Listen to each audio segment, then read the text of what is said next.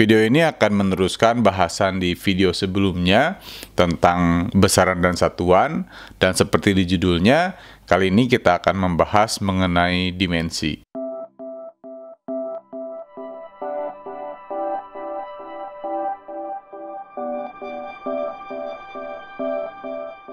Assalamualaikum warahmatullahi wabarakatuh. Apa kabar semuanya? Semoga dalam keadaan sehat walafiat. Ada baiknya sebelum kalian menyimak lebih lanjut video ini, jika kalian belum paham mengenai besaran dan satuan, silahkan simak terlebih dahulu besaran dan satuan yang link videonya akan saya cantumkan di kolom deskripsi.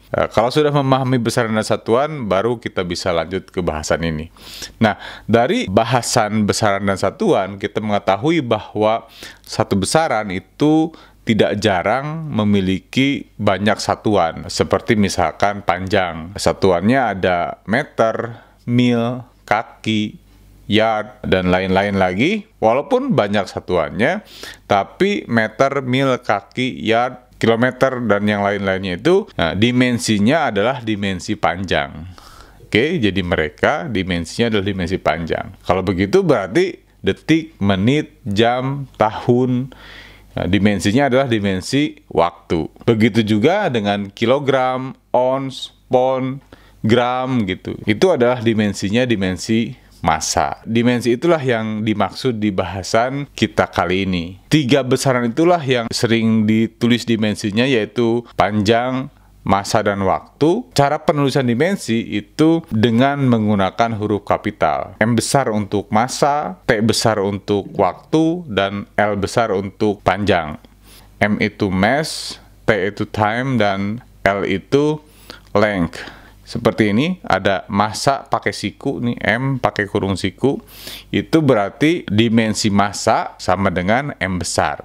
Dimensi waktu itu adalah T besar, time, dan dimensi panjang itu adalah L besar. Dengan pemikiran yang sama, berarti kalau begitu dimensi kecepatan, ingat bahwa kecepatan itu satuannya adalah meter per sekon. Nah, berarti kalau begitu meternya itu adalah dimensi panjang dan sekonnya adalah dimensi waktu. Maka kita bisa menuliskan dimensinya adalah L per T. L besar per T besar. Atau bisa juga kita tulis L dikali T pangkat minus 1. Nah, dengan pemikiran yang sama, berarti kalau begitu dimensi dari luas itu adalah L kuadrat, length kuadrat. Kenapa ya? Karena tentunya luas itu adalah meter persegi. Apa keperluan kita menggunakan dimensi? Nah, untuk beberapa kepentingan di fisika, itu kita memerlukan adanya analisis dimensi. Untuk apa? Salah satunya adalah untuk mengecek kebenaran dari sebuah persamaan, yang nanti akan kita bahas juga ini. Dan yang berikutnya, di analisis dimensi ini juga berlaku aljabar matematik biasa. Contoh, misalkan suatu persamaan posisi itu setengah kali percepatan dikali T dikuadratkan. Nah, kira-kira persamaan ini sudah benar belum? Kita akan menggunakan analisis dimensi. Oke, kita lihat bahwa dimensi dari posisi itu adalah L, karena posisi itu satuannya adalah meter, maka meter itu dimensi dari L, length. Percepatan, ini satuannya kan meter per sekon kuadrat. Meternya adalah dimensi dari L, dan per sekon kuadrat adalah dimensi dari T, maka L T pangkat minus 2. Lalu kemudian waktu, nah ini dimensinya tentu adalah T. Kalau persamaan ini benar, maka dimensi yang ruas kirinya harus sama dengan yang ruas kanan. Coba kita lihat. Ya, di ruas kirinya kan ada posisi X ya. Ya, dimensi X tadi adalah L. Oke. Nah, kemudian setengah itu tidak ada dimensinya, tidak kita tuliskan.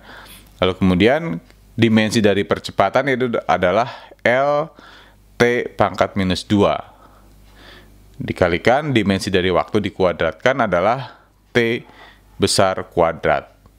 Oke, lihat ada T pangkat minus 2, ada T pangkat 2. Maka itu akan saling menghilangkan. Maka L di ruas kiri dan ada L di ruas kanan. Ruas kiri dan ruas kanan sama-sama L. Maka dari sini kita bisa meng-cross-check bahwa persamaan ini memang sudah benar secara analisis dimensi.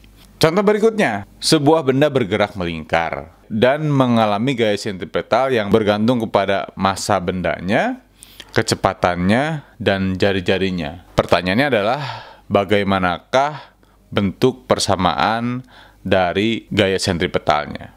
Oke, kita tuliskan bahwa gaya sentripetal di sini katanya adalah fungsi atau bergantung dari massa, kecepatan, dan jari-jari.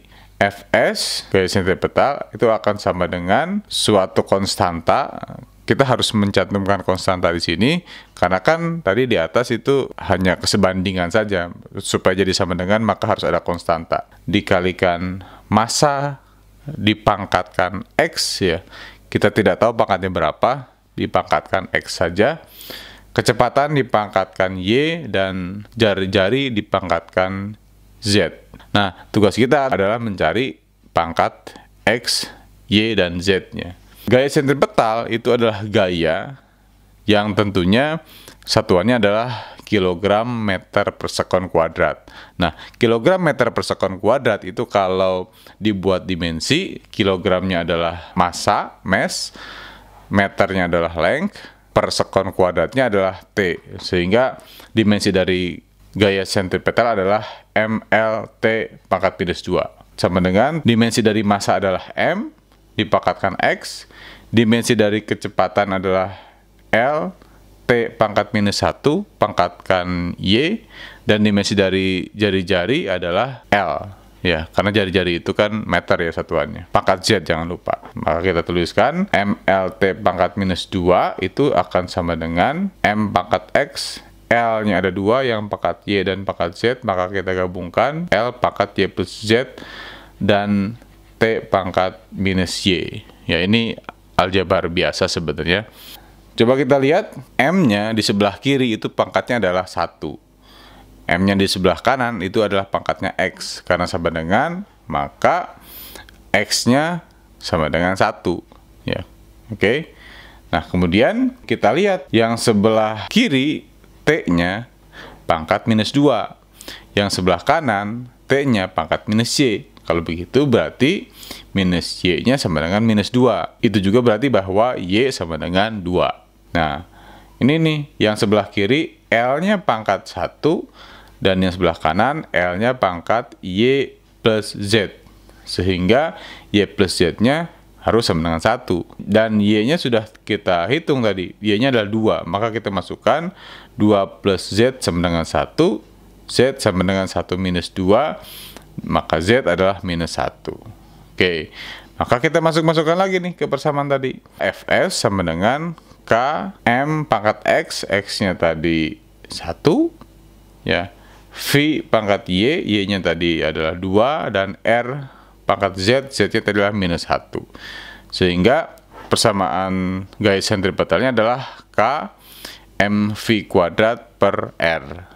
Ini adalah persamaannya. Kita harus mencantumkan K karena kita belum melakukan percobaan di sini. Nanti K-nya kalau percobaan yang sudah dilakukan, ini biasanya K-nya adalah 1 untuk gaya sentripetal ini. Oke, itu saja pembahasan mengenai dimensi di video kali ini. Mudah-mudahan bisa difahami dengan mudah. Terima kasih sudah menyimak video ini sampai akhir.